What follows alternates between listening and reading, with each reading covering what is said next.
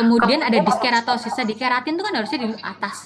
Tapi karena dia di spinosum, dia jadinya membentuk pusaran. Ini adalah diskeratosis. Gampang ya, gambar ini adalah gambar yang akan kalian lihat di mikroskop minggu depan. Jadi kalian tinggal cari gambaran kayak gini dan kalian tinggal gambar gitu ya. Oke, ini untuk Leukoplakia, mudah golongan kelainannya kita masuk ke resi praganas ya. Walaupun ada OPMD, kita untuk praktikum kita tetap pakai kata-kata resi praganas. Oke, ya, golongan kelainan. Oke. Oke, ada Leukoplakia, ada pertanyaan nggak? Atau sudah jelas?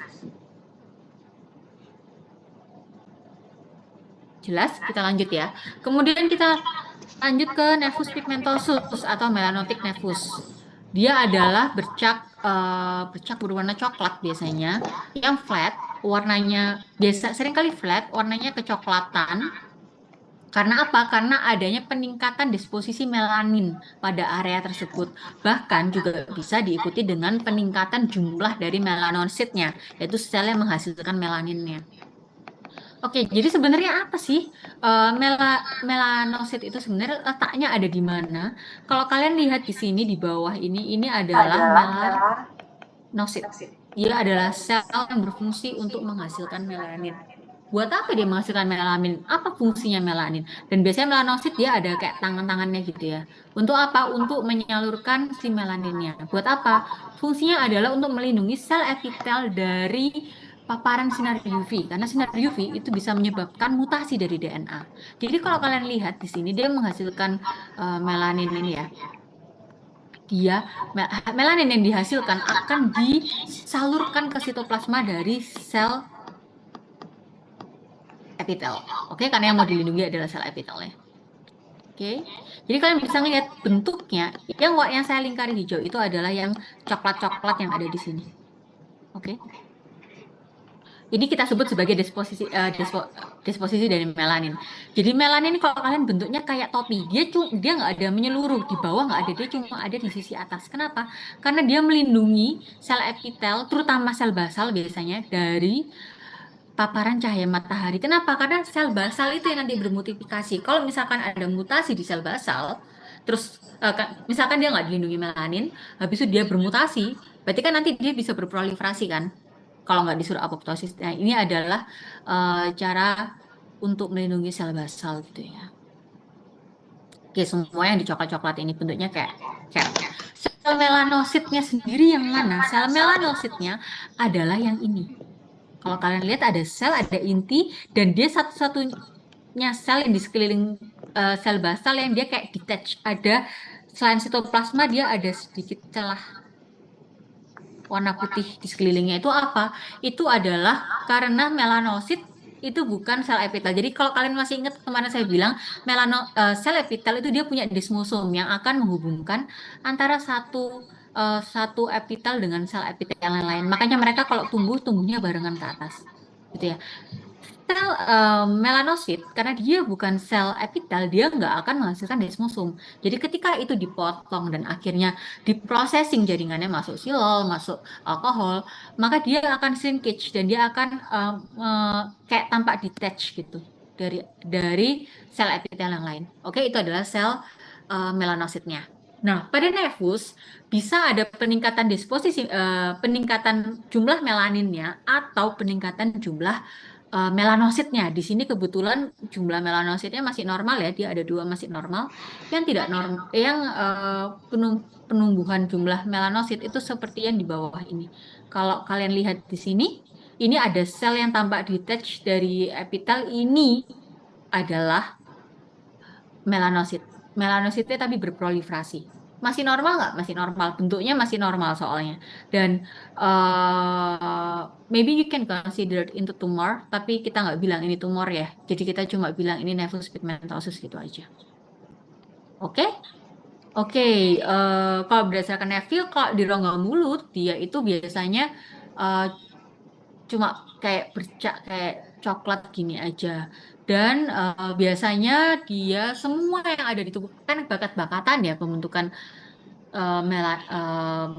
melanotic macules itu. Jadi kayak tahi lalat itu kan bakat-bakatan. Jadi biasanya tapi akan semuanya kan sudah selesai tumbuh di umur 35 tahun. Harusnya nggak muncul baru lagi setelah 35 tahun.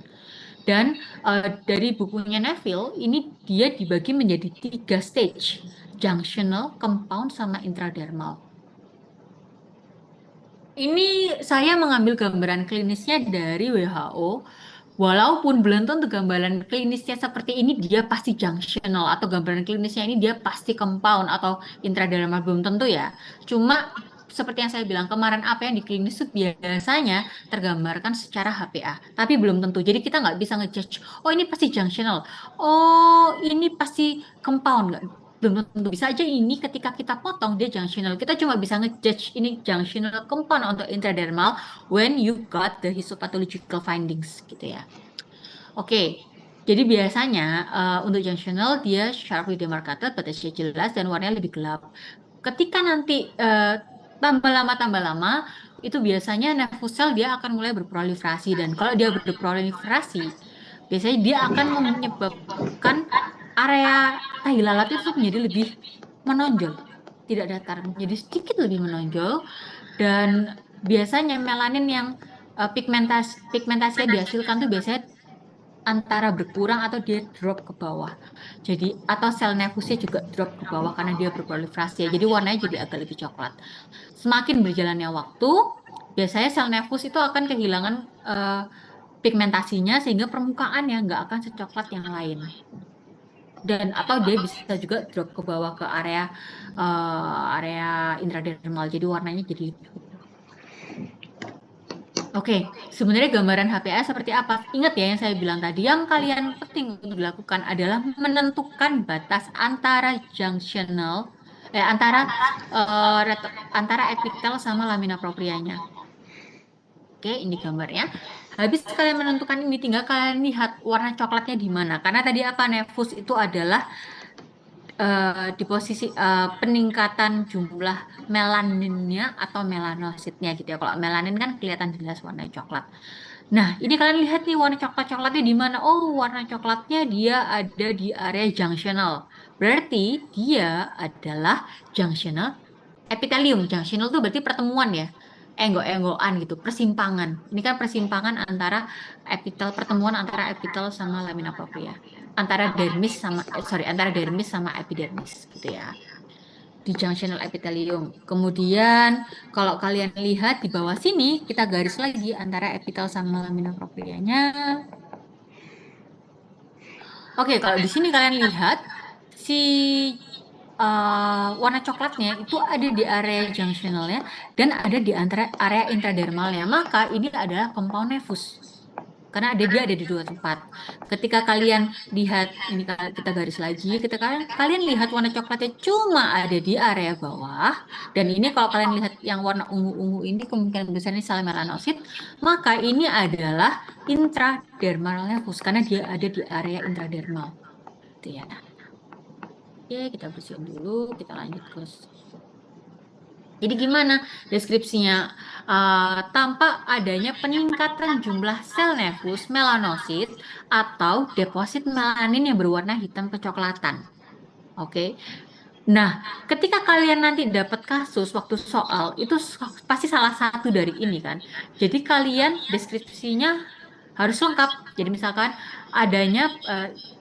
ditemukan adanya peningkatan jumlah melanosit atau deposit melanin berwarna hitam kecoklatan, misalkan kasusnya yang ini ya, di area perbatasan antara epidermis dan dermis. Titik. Nanti diagnosanya apa? Diagnosanya adalah junctional nevus pigmentosus. Titik. Gitu ya. Jadi nggak perlu kalian jelaskan semua terus jenis-jenisnya ada 3, nggak perlu ya. Karena pertanyaannya pasti cuma salah satu. Antara junctional, intradermal, atau junctional, intradermal, atau compound. Gitu ya. Kalau intradermal gimana deskripsinya? Berwarna hitam kecoklatan tampak di dalam dermis titik karena intradermal. Intra kan arti di dalam. Kemudian kalau compound maka bilangnya berwarna hitam kecoklatan yang terletak pada perbatasan epidermis dan dermis dan di dalam dermis titik. Seperti itu ya, itu kalau compound. Oke, gampang ya. Golongan kelainannya apa? Golongan kelainannya adalah lesi praganas, karena untuk tahi lalat di kulit memang bisa menjadi keganasan, yaitu menjadi melanoma maligna, dan dari datanya WHO ternyata sepertiga dari melanoma itu sebenarnya dia tumbuhnya itu dari komponevi. Nggak tahu kenapa, kemungkinan besar karena mungkin karena kalau dia ada di area junctional, dia lebih mudah untuk selain selnya sudah berproliferate ya, kalau masih ada di area junctional, kemungkinan besar dia lebih mudah untuk terpapar UV si melanositnya sendiri, sehingga dia bisa menjadi cancer gitu ya. Tapi belum ada penjelasan yang pasti. Oke, sampai di nevus pigmentosus ada pertanyaan nggak? Syifa Ahmad Syahnya ada nggak? Oh ya ada ya. Oke, kira-kira ada pertanyaan nggak? Nggak ada? Nggak ada ya? Oke, kita lanjut ya, gampang ya. Jadi kalau di praktikum kalian cuma akan menemukan bercak putih, bercak coklat, sama satunya lagi ada tumor jinak epitelium. Oke, di sini saya cuma mau menggambarkan ke kalian, mengingatkan lagi ke kalian kalau epitel yang berkeratin itu kadang ada granulosumnya. Gitu aja. Karena nanti untuk tumor ini dia ada keratinnya. Dari WHO, satu-satunya tumor jinak epitelial hanyalah squamous papilloma. Squamous papilloma adalah tumor jinak dengan batas yang jelas dan membentuk tonjolan-tonjolan eksofitik. Dia modelnya eksofitik dan membentuk papila-papila, tonjolan-tonjolan seperti jari. Makanya namanya papiloma. Oma itu artinya tumor jinak, papila itu maksudnya dia membentuk seperti papila-papila, ya papiloma. Biasanya diasosiasikan dengan low risk, bukan berarti tidak menjadi keganasan, tapi low risk atau non-oncogenic HPV seperti HPV 6 dan HPV 11. Jadi bukan HPV yang menyebabkan keganasan, gitu ya. Karena HPV ada banyak. Kemudian kita lanjut. Klinisnya seperti apa tadi? Yang seperti saya bilang, dia berbatas jelas dan dia membentuk tonjolan-tonjolan warnanya putih.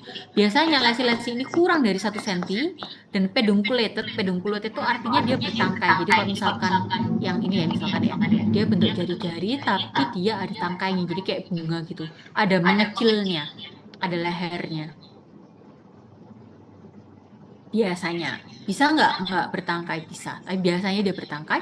Warnanya putih. Jadi kalau warna putih kan bisa membayangkan ada banyak keratin di situ. Kemudian permukaannya dia bisa seperti jari-jari gini. Atau dia bisa seperti cauliflower.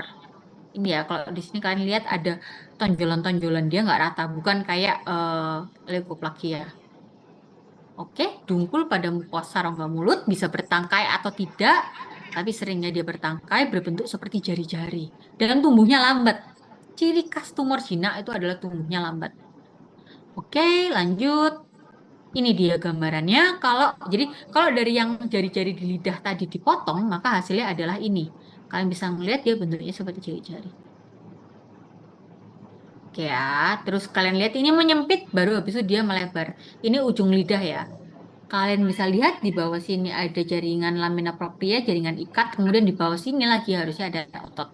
Terus kita lihat nih lebih dalam, tampaknya seperti apa? Oke, sebelum saya lupa, kalau tumor, ketika kita sudah masuk ke tumor, maka deskripsinya harus mengandung parenkim dan mengandung stroma. Apa tuh parenkim atau stroma? Parenkim adalah sel tumornya, stroma adalah penunjang atau background dari tumornya sendiri.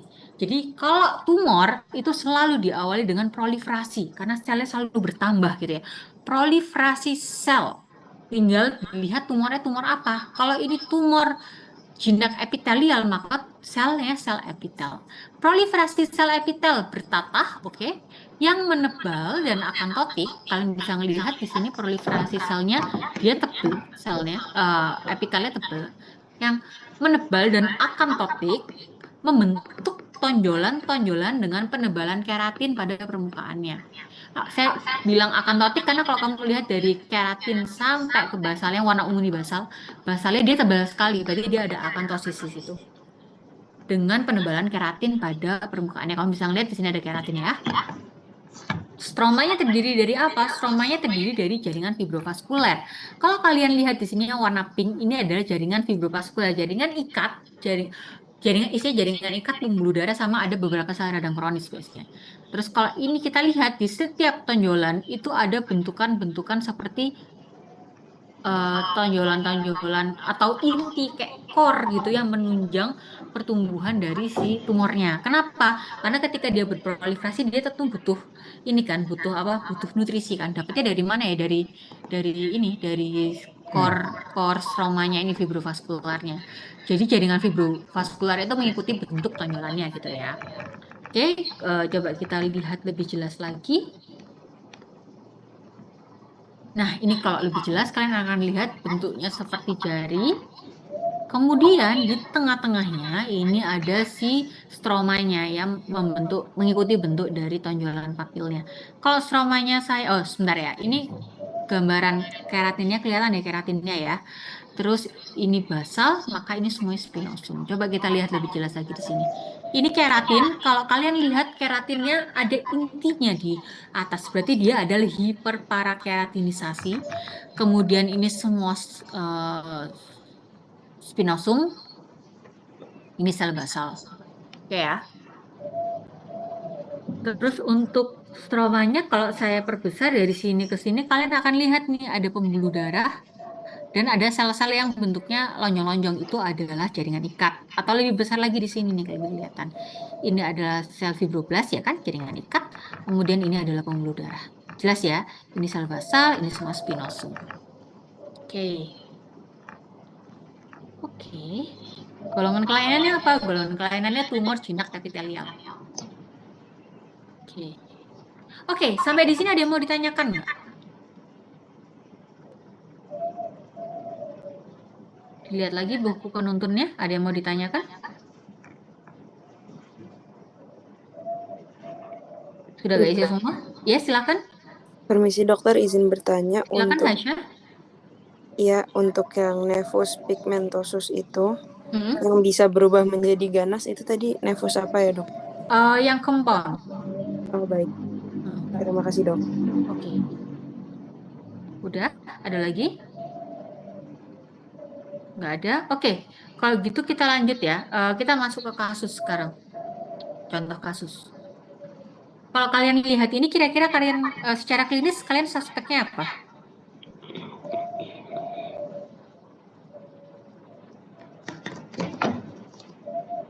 Apa suspek kalian? Papiloma mungkin dokter. Oke, papiloma. Good job. Coba kita lihat HPA-nya ya.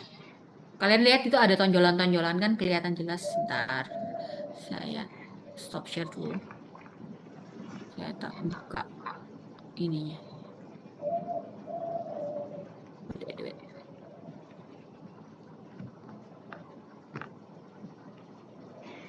Oke.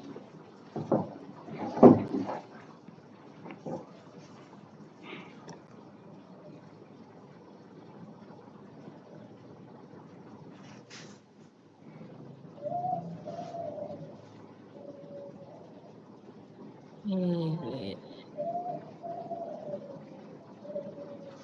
Ya. Oke, bener nggak papiloma? Kalau berdasarkan HPA-nya. Yang lain selain Rafa, tadi kan Rafa sudah suspek papiloma. Menurut kalian yang lain, bener nggak ini papiloma? Papiloma atau enggak? Halo, kok pada diam semua? Betul dokter. Iya Betul ya. dokter. Oke, coba kita lihat. Benar, kalian bisa melihat ada bentukan seperti tonjolan-tonjolan tonjolan jari. Kemudian kalau kita perbesar, agak loading nih. Tapi kalian bisa lihat lah, walaupun masih agak blur ya, karena dia masih loading. Kalian bisa ngelihat di area keratinnya dia ada sisa intinya. Ini para keratinisasi. Kemudian ini adalah akantosis karena dia panjang ke bawah, tebel gitu maksudnya. Kemudian kita lihat core-nya. Oke, ada banyak pembuluh darah ya. Ini pembuluh darah, ini pembuluh darah. Kemudian dia selnya bentuknya spindle, berarti ini kemungkinan besar adalah fibroblast. So, good job, benar. Ini adalah papiloma. Oke, kita lanjut ke kasus selanjutnya. Bentar.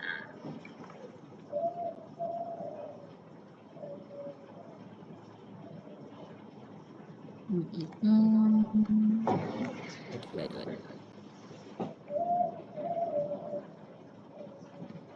Oke, kalau ngelihat dari sini, kalian kira-kira ini apa? Leukoplakia, dokter. Leukoplakia. Jelas ya, kayaknya untuk praktikum ini mungkin untuk rubrik kalian akan gampang sekali karena jelas cuma ada bercak warna putih, cuma ada bercak warna coklat, sama satunya lagi bentuk tonjolan warna putih. Oke, kita coba lihat HPA-nya.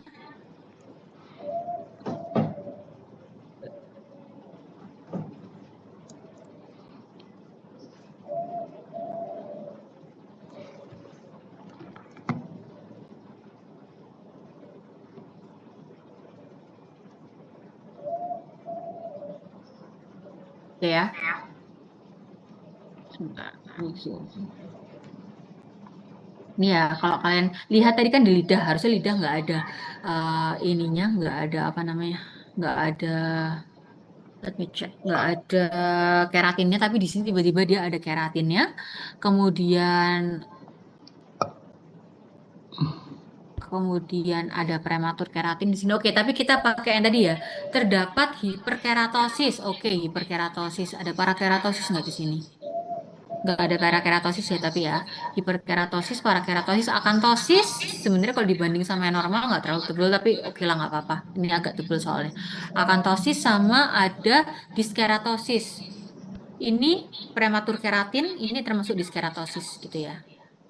Kalau kalian lihat di sini, kalau kalian ingat waktu kemarin kita ini di luar praktikum, tapi kalau kalian ingat kuliah kita kemarin, ini adalah bulbous retropad.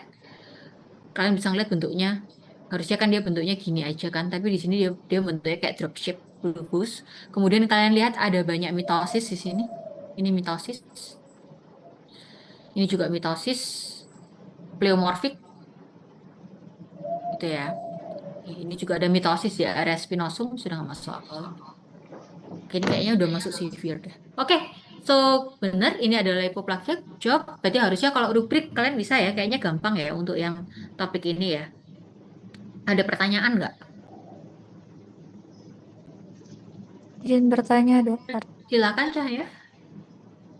Tadi dokter sempat menjelaskan bahwa ada HPV yang tidak mengalami pembengkakan. Nah, itu tuh seperti apa, dok? HPV yang Tidak mengalami pembengkakan. enggak, bukan pembengkakan. HPV yang tidak menjadi keganasan. Oh iya, itu maksudnya.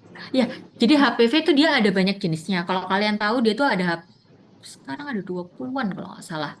HPV 1, 2, 3, 4 sampai seterusnya. Nah, nggak, kalau kita kan selama ini dengar HPV itu adalah yang menyebabkan keganasan kan. Tapi tidak semua tipe HPV itu menyebabkan keganasan. Dan untuk papiloma itu adalah HPV yang tidak menyebabkan keganasan, yaitu HPV 6 dan 11. Itu aja sih yang perlu kalian hafal. Gitu ya. Baik, terima kasih, dokter. Oke, sama-sama. Ada lagi pertanyaan yang lain? Izin bertanya, dokter. Oke, silakan. Untuk perubahan keganasan dari papiloma itu apa ya, dokter? Terima kasih. Oke, papiloma ingat ya kalau papiloma sel apa, Aziza? Yang berproliferasi. Sel epitel bertatah. Oke, sel epitel bertatah. Jadi satu-satunya keganasan dari sel epitel bertatah adalah oral squamous carcinoma, ya. Jadi dia kalau berubah, pun kalau misalkan akhirnya dia berubah keganasan, dia akan menjadi yang namanya oral squamous carcinoma, sama kayak leukoplakia juga sama. Oke. Baik, terima kasih, dokter. Oke, sama-sama. Ada lagi pertanyaan yang lain? Tidak ada. Saya ingin bertanya, dokter. Ya, silahkan. Tadi saya sempat baca klinis dari leukoplakia itu ada bercak berwarna putih seperti renda pada mukosa. Renda itu apa ya, dokter? Oke. Ada beberapa renda tuh renda kayak kayak lichen planus, masih inget nggak bentuknya kayak renda? Cuma kayaknya agak hindari deh karena biasanya kalau kalau yang bentuknya renda sih sebentar sih. Wait. Kalau kalian tahu renda di baju, laces itu renda, mungkin ada beberapa orang yang akan menganggap bentukan ini seperti renda. Ya. Tapi mungkin itu akhirnya agak akan rancu sama lichen planus kemarin kalau kalian lihat kan dia bentuknya kayak renda-renda gitu kan. Sebentar sih, saya kasih tahu gambarnya renda deh. Sebentar.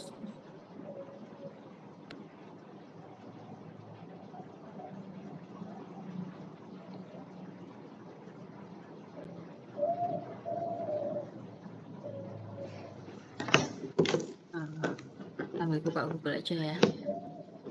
Ini ya, ini renda. Ya, kalau lichen planus,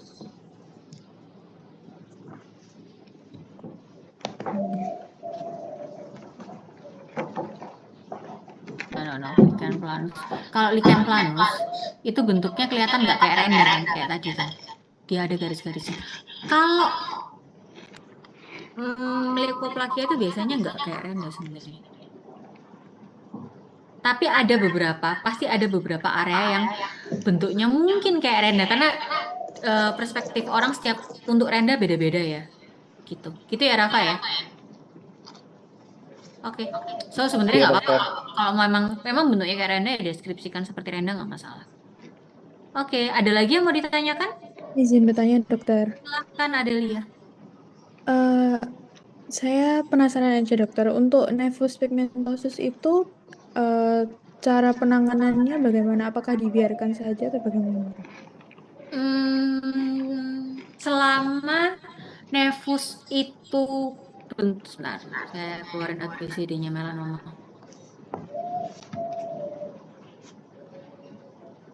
Oke, ini kali ya. Oke, sebentar.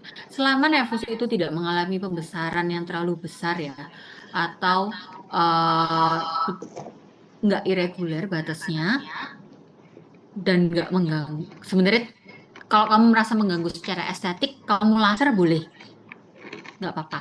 Tapi ketika dia tumbuh, terus dia asimetri, jangan di laser ya. Kalau ini di laser nanti dia bisa, berarti dia sudah arahnya sudah ke melanoma dan nyebarnya cepat banget.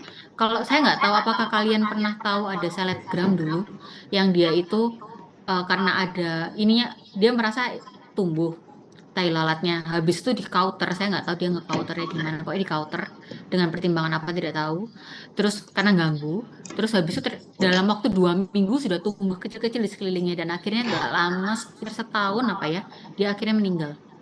Jadi selama itu kecil, selama itu dia simetri tadi ya ABCD ya, simetri batasnya jelas, warnanya satu warna, diameternya tidak lebih dari 1 senti kalau nggak salah, tidak lebih dari setengah senti apa ya, terus tidak berubah, dia tetap nggak apa-apa kalau misalkan mau dioperasi. Tapi ketika dia sudah bentuknya sudah nggak jelas, kamu ke dokter dulu, nanti dokternya mungkin akan biopsi dan memastikan ini aman nggak untuk dioperasi. Kalau misalkan bisa dioperasi, bisa diangkat cuma area lebih besar. Kalau enggak, harusnya diangkat, ya bisa diangkat tapi di area lebih besar. Sama kayak kemarin OSCC itu, kalau misalkan dia ada ini diangkat dulu gitu ya. Oke, ada? Terima kasih, dokter. Oke, sama-sama. Ada lagi yang mau ditanyakan? Izin bertanya, Prof. Ada? Izin bertanya, Prof. Oh, dokter saya belum, Prof. Brilian. Oh. Oke, silakan Brilian. Untuk papiloma, kalau misal sudah tertular, jika sudah terkena papiloma, apakah bisa apakah ada hal yang bisa membuat tambah parah? Tambah parah. Oh, enggak, kalau papiloma kan karena tumor jinak ya. Jadi kalau misalkan dia tumbuh, dia akan selalu tumbuh. Namanya tumor kan terus berproliferasi, dia akan tumbuh. Lebih baik sih kalau kamu sudah lihat mendingan dipotong aja. Dan memotongnya nggak harus banyak karena dia bukan cancer ya, dia cuma memotong sekitar situ aja. Toh nanti akan sembuh juga kok. Dan harusnya nggak tumbuh lagi kecuali kamu akhirnya keinfeksi lagi. Gitu Brilian. Oke? Baik, Prof. Oke. Oke, ada lagi? Kalau nggak ada, saya tutup. Izin dokter bertanya, mohon maaf saya penasaran juga. Nggak apa-apa, Amalia.